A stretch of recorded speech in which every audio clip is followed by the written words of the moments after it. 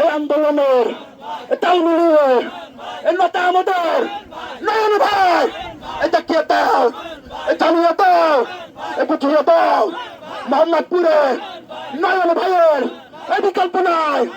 এই সবাই বলো নয়ন ভাই আরো চোর হলো না, বুঝিয়ে দাও।